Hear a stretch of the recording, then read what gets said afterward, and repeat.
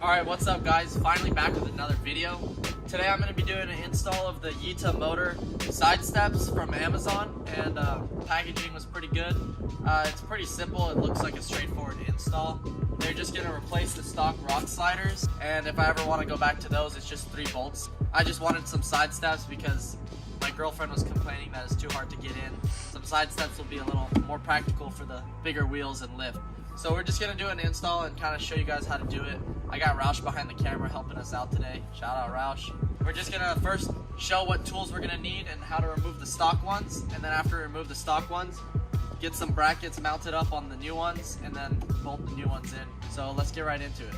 Alright, so to remove the stock rock sliders, there's going to be 1, 2, 3 13mm sockets. And then on each 13mm socket, you're going to have 2 10mm heads that you're going to need to take off too. So here's the 13, and then we've got 2 10s on each one. So you just want to unbolt those for each bracket, and then the whole rock slider should just come right off. Pretty simple, so we're going to go ahead and do that. Alright, so we got the stock metal sliders off. Kind of looks naked, so this is what it's going to look like whenever it comes off. These were the holes I was talking about so you can get a better look. The big hole is where the 13mm was, and then the 2 studs are for the 10mm. And it's pretty much going to be a similar mounting mechanism. They're going to mount to the same stock position, so we don't have to drill any new holes or anything like that. Should be a direct, clean, easy bolt on. So we're just going to put these to the side and get the brackets mounted on the new ones. And before we go ahead and start mounting the hardware and brackets to these, I want to take note that you can see it's kind of got a taper to it. One side is wider and one side is thinner. And so just make sure you're using the side specific one. The thicker side goes to the front, so it aligns better with the thick fender, and the thin one should be on the back, so it aligns with the rear fender. Because if you can look, you can see the front fenders are a little bit wider than the rear. So they taper it off so it kind of gives it a flush, clean look.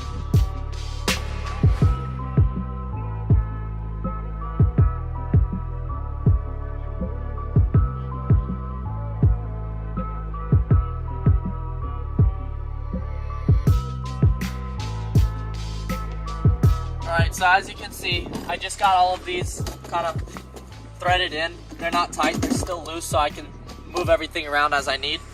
And I got 3 of the main 13mm bolts with their washers ready to go.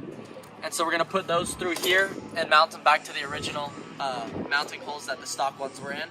So once we get those installed, we're not going to tighten them super tight either. We're just going to get everything positioned where we want, and then we're going to snug everything down. Both these bolts and these bolts. Alright, so whenever you're putting these back on, you want to get these studs aligned with the original holes. The studs will just kind of hold the whole running board up for you while you tighten up the other bolts. So you can just kind of get them aligned. You dropped some. That's fine. Alright, this is harder than it looks. I might need Roush's help. You may need a friend for this. Alright, there you go. Alright, so now they're in. Alright, so the first thing I'm going to tighten down are these holes, or these nuts that go onto the studs. And those are going to hold the actual bracket in the position that you want on the actual pitch welds on the frame.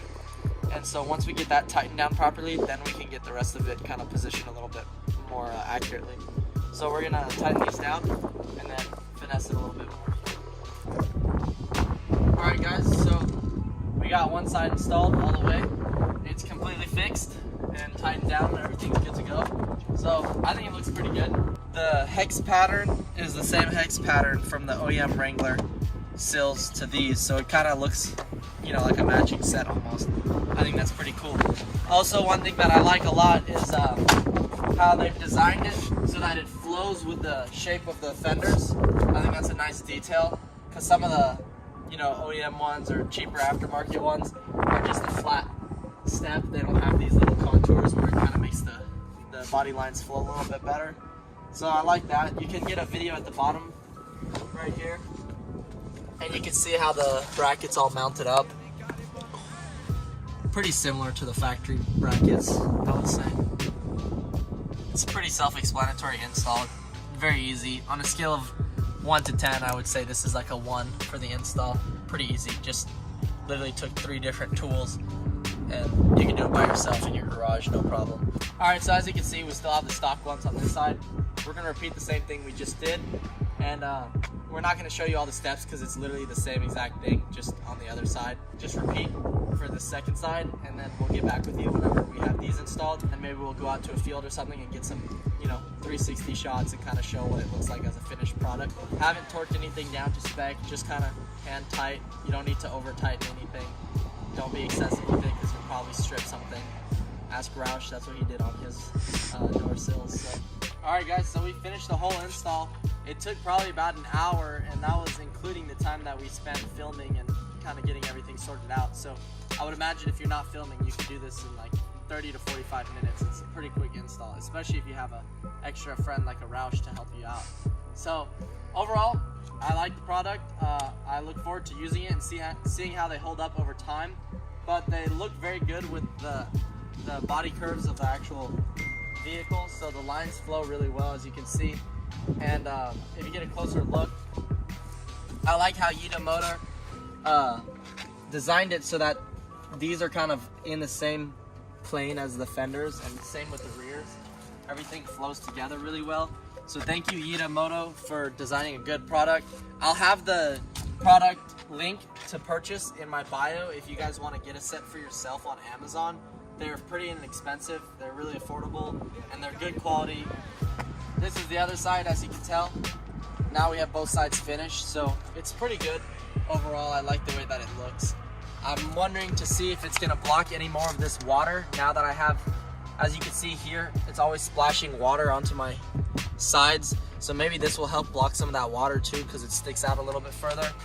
So yeah, I'm pretty happy with the product overall. They're pretty sturdy. I'll show what it looks like getting into the vehicle.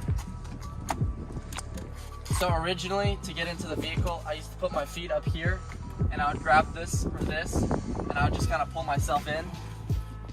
Whereas now, I have the step, and so I can just kind of use the step, and it's a much easier entrance. So as you can see, the steps are pretty sturdy. You can see, it's obviously mounted straight to the frame and everything. So it's very sturdy. You could definitely have multiple people on it at once. So if you have a driver and a passenger getting in at the same time, you don't have to worry about it bending or getting flexy or wobbly on you. It's pretty sturdy. So I'm actually really impressed with how sturdy they are for being plastic. I think those brackets that they use are pretty strong steel. So overall, it's a good product. If you like the product, like I said, link is gonna be in my bio.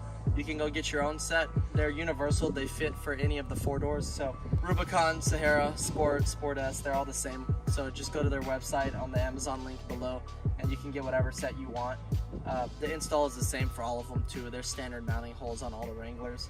So I highly recommend, if you have a JL 4-door, get a set of steps. Makes it much easier to get in and out, especially if you got a lift and wheels like I do. So thank you for watching. I appreciate the support from YITAMotor, and I'll see you guys in the next video. Oh.